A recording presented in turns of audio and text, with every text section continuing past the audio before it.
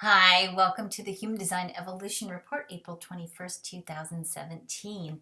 The sun has moved into the gate 27, nourishing. This is a sacral gate and it's a tribal gate, so it's very nourishing, nurturing, sweet, almost a maternal mama bear, obligation, responsibility ridden kind of an energy. So it's an energy that oftentimes causes us to sacrifice what we think we want for the sake of other people, the people we love, for our loved ones.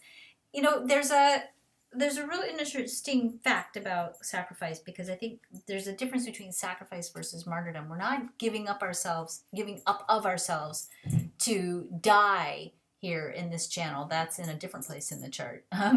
But we're giving of ourselves for the greater good of the whole, for those who we love.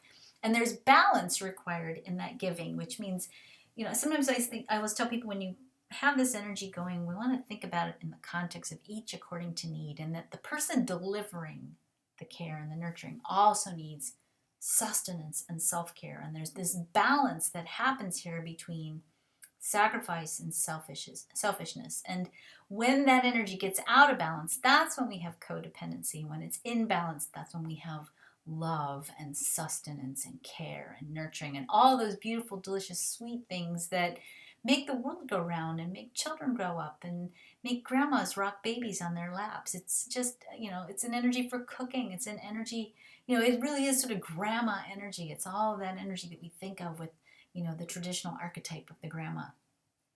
The Earth is transiting through the gate 28, and it's one of those gates that I really sometimes consider to be a gate that gives us a little bit of an adventure or a challenge.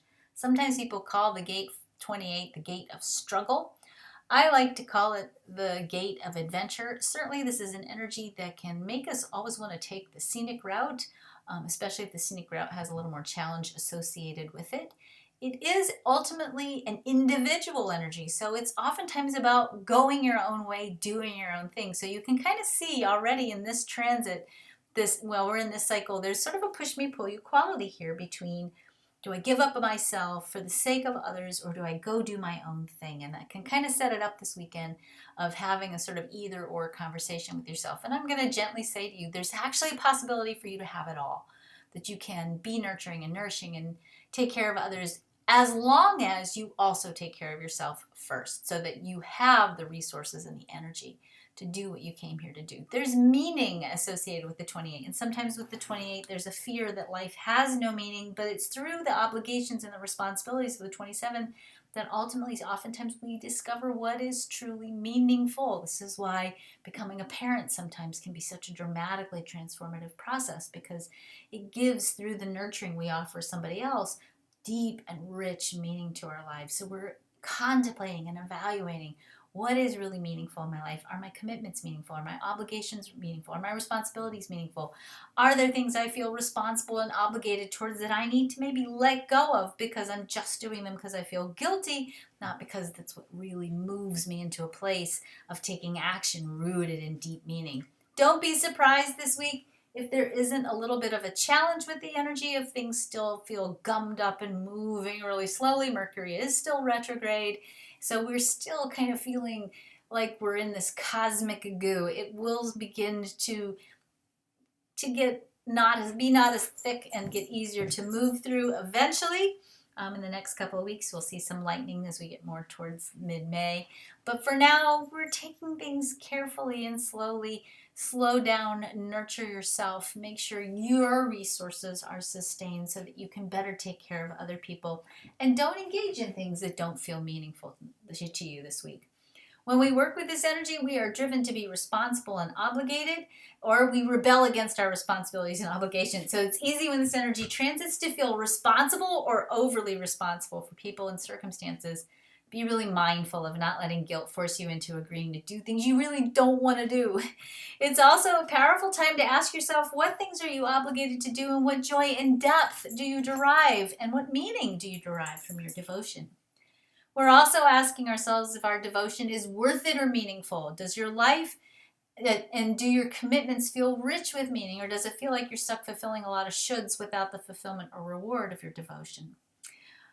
The innovations of this week will ultimately cause us to learn to love more, be closer, feed and nurture each other better, change and shift our values. It's a great time to take stock of your life and see if the choices you are making are in alignment with what you truly value. Are you living the priorities of your heart?